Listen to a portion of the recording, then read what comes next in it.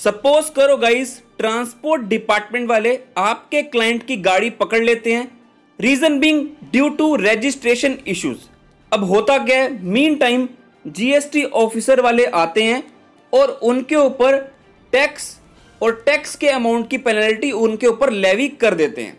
Reason being, जब transport वालों ने गाड़ी पकड़ी, मीन टाइम क्या हो जाता है, ई वे बिल हो जाता है एक्सपायर, और इसीलिए जीएसटी ऑफिसर उनके ऊपर डिमांड निकाल देते हैं। हालांकि ट्रांसपोर्टर के पास जीएसटी वैलिड इनवॉइस भी था, सारा अमाउंट भी लिखा हुआ था, बट स्टिल उनके ऊपर डिमांड लगाई जाती है।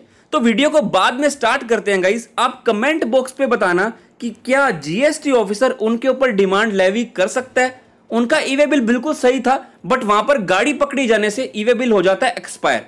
तो अगर आप चैनल पे नए आए हो तो चैनल को सब्सक्राइब कर लो, बेल बटन को प्रेस कर लो, नोटिफिकेशन को डाउनलोड करने के लिए टेलीग्राम को ज्वाइन कर लो, लिंक इज इन केस काफी रेलेवेंट रहने वाला है। तो प्लीज वीडियो को लाइक करके शेयर कर देना एंड कमेंट बॉक्स पे बता देना अपना फीडबैक।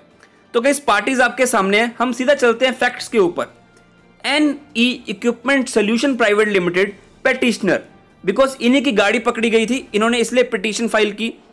इन्होंने क्या किया था, एक मशीनरी सोल्ड की थी जिसकी कॉस्ट थी 49,66,000, on which IGST of rupees around 9 lakh was collected from the purchaser और duly declared in the sale invoice.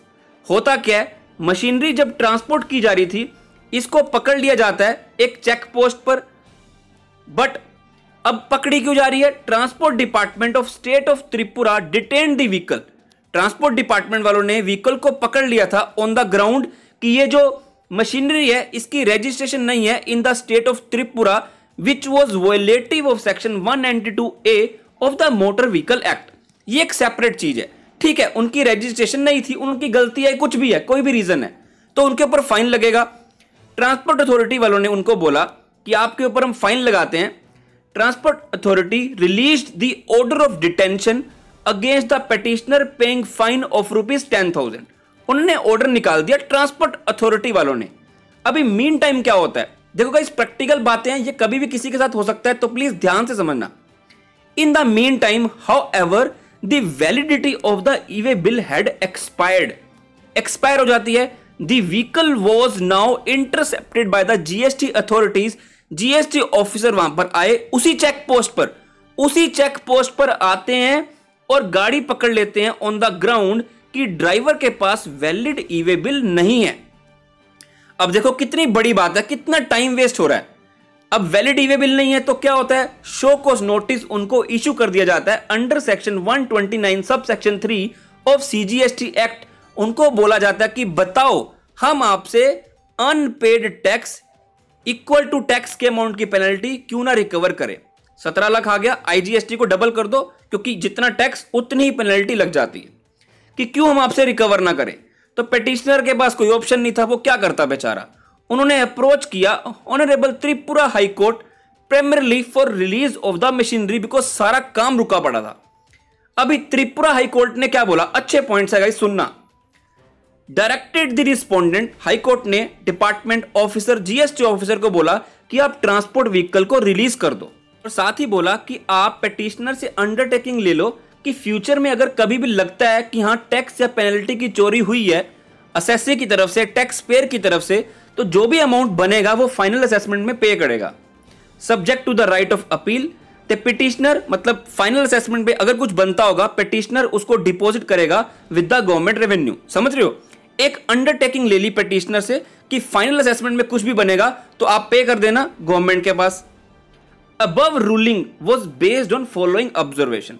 High court ने क्या बोला, अभी हाई कोर्ट ने बोला the validity expired, e way bill इसलिए एक्सपायर हुआ था on account of unforeseen and unexpected delay in crossing the check post. अभी ट्रांसपोर्ट डिपार्टमेंट वालों ने गाड़ी पकड़ी है ऑन द ग्राउंड की मशीनरी रजिस्टर्ड नहीं है in the state of Tripura, इसी की वजह से ई वे बिल हो जाता है एक्सपायर, जो कि एक अनफोर्सिन रीजन है, एक अनएक्सपेक्टेड डिले है चेक पोस्ट पर। सो अगर हम डिपार्टमेंट को अलाउ करते हैं कि आप मशीनरी को अपने पास रखे रखो, तो ये गलत है।